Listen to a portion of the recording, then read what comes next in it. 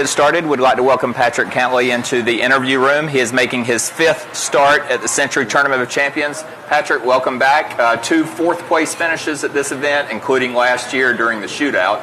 But if we can get some comments on being back. Yeah, I'm excited to be back. Golf course looks like it's in great shape, a little firmer in the fairways this year than last. And yeah, last year was a shootout. I think I was 25 or 26 under and lost by 8, which never feels good. But I played well, so it's a golf course that I think I figured out more recently compared to my first couple starts here, and so it's definitely a place I look forward to coming back every year. And just talk a little bit about the holidays, having a little time off, and now getting started here in January. Yeah, it's nice to have a little time off, and the last couple years I've taken a big chunk of time off in the fall, which is nice, and it's been a good time to recharge the batteries, and now I'm ready to go. All right, let's get started with questions. Let's go with Alan.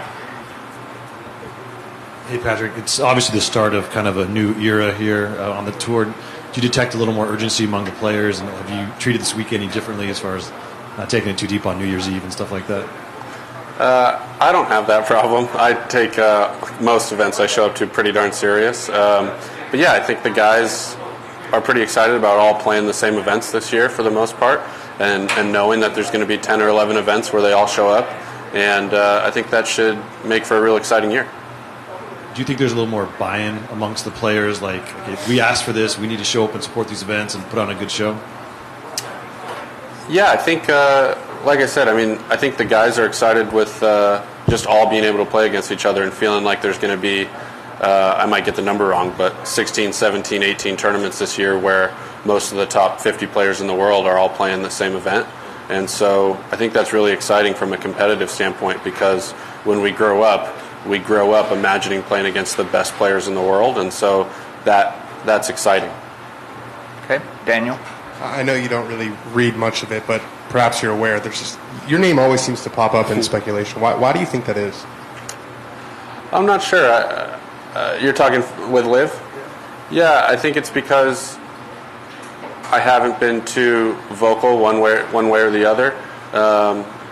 So I think that's probably where it is. Guys, for the most part, seem like they're pretty polarized on this issue, and I view it as it's been a competition for top talent, like any other business. But I have no plans to do that as of now, which has been my stance for basically since the whole time. Do you find it kind of like amusing? Yeah, I don't see a lot of it or hear a lot of it. So when I come up here, I'll get questions about it. But for the most part, that's it. I don't see or hear a lot of it. So it's not surprising, I guess, because I've been asked the questions a few times. But it does give me a little chuckle, because my stance has been pretty much the same for a while now. Okay, Doug. How exactly do you feel about it? About Liv? I think that it's been interesting how much it's changed golf, as in everyone's trying to innovate and make golf better all of a sudden. I think that'll be a massive benefit for the viewer, because I think now more than ever competition is making people evolve and making people grow and think outside the box. And so I think it's been really good and will be good for professional golf in the long run. But it's been such a polarizing issue that it's made people, feel emotional about something that has been the same for such a long time. What's the last thing you got emotional about?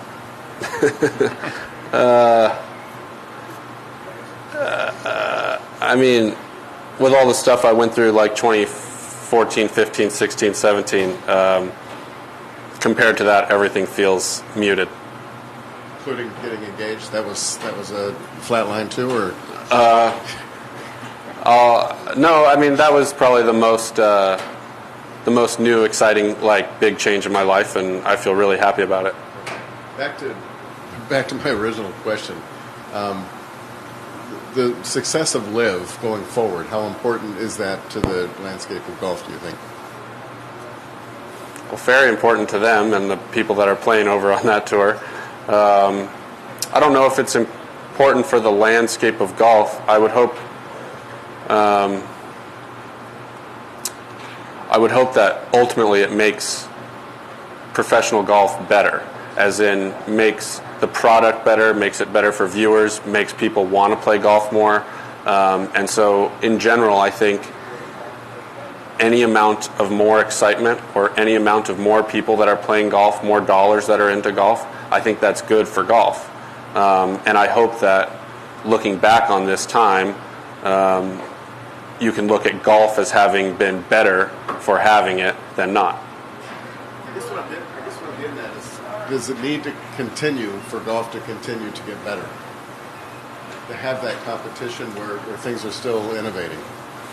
Potentially. I think competition is always necessary for improvement, but not necessarily. I just think that in general, like I've said before, that it's been such a polarizing issue, and in the future we may look back and think that it's not as polarizing as it's been when you're in the heat of the moment. And so I'm as interested as all of you to see where it goes, and then looking back, I hope that it brings about some positive change in the game of golf. And I think with more attention and more excitement, it potentially can do that. Okay. All right, Will? Patrick, switching gears just a little bit, you mentioned that at the Open that you feel like you figured out this golf course specifically. Mm-hmm. How do you think your mindset has changed since you first teed it up here till now? I think you have to hit more shots around this golf course. So I think there's more half shots with the wind blowing, 15 or 20 every day, and then there's a lot more uphill or downhill dramatic shots that you have to hit. And so getting comfortable playing more golf shots and not necessarily playing stock shots all the way around this golf course, I think is really important, because there's many holes where you get balls way above, way below, or downhill or uphill, and then it's really important to hit your golf ball into a particular section, and then add in a 15 or 20 mile an hour cross breeze. It can get tough. And I think my first couple years when I played, I was trying to hit more stock shots and not trying to move my golf ball into the area with all the factors considered, as well as I have the last couple times. Go ahead, Will. Just to continue on that, how does that differ from your strategy on a typical week on course or on tour? Does it change just from course to course, or is it just specifically this course that you feel that you have to do that? I think this course is probably one of the most dramatic examples of that. And then in a couple weeks' time, when we go to Palm Springs, that would be the dramatic example the other way, where you can pretty much hit stock shots on every single shot. And if you get a day where it's not blowing at all, it's like driving range golf. So I think it mainly has to do with the conditions and the golf course. All right, Doug? I noticed the bag, but I wasn't paying attention to the shirt. Is that deal gone, or you have What's a clean that? shirt? Yes, this no more Hugo Boss. Okay. Are you in the market, or? I am. Okay. How's that going? Great. Okay. Other question, now we can shift gears quickly. You talked about all the top players playing together. Until this year, how did you go about making a schedule? How much did you consider the field compared with how the course suited you?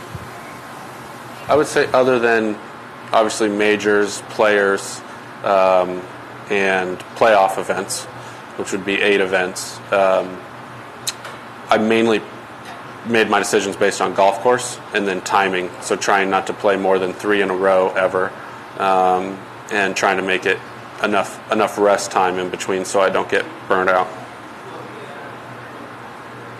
you good with doing 4 out of 5? Yeah, I've done it before. I mean, I think going 2 on, 1 off, 2 on is easier than like 3. So it's mainly for me about avoiding the 3 in a row or 4 in a rows, which hopefully I never have to do, more than it is about 4 out of 5 or whatever. Would you be willing, since you don't have to play these elevated events, and I don't know how much bonus is waiting for you on the illustrious PIP that you love so much.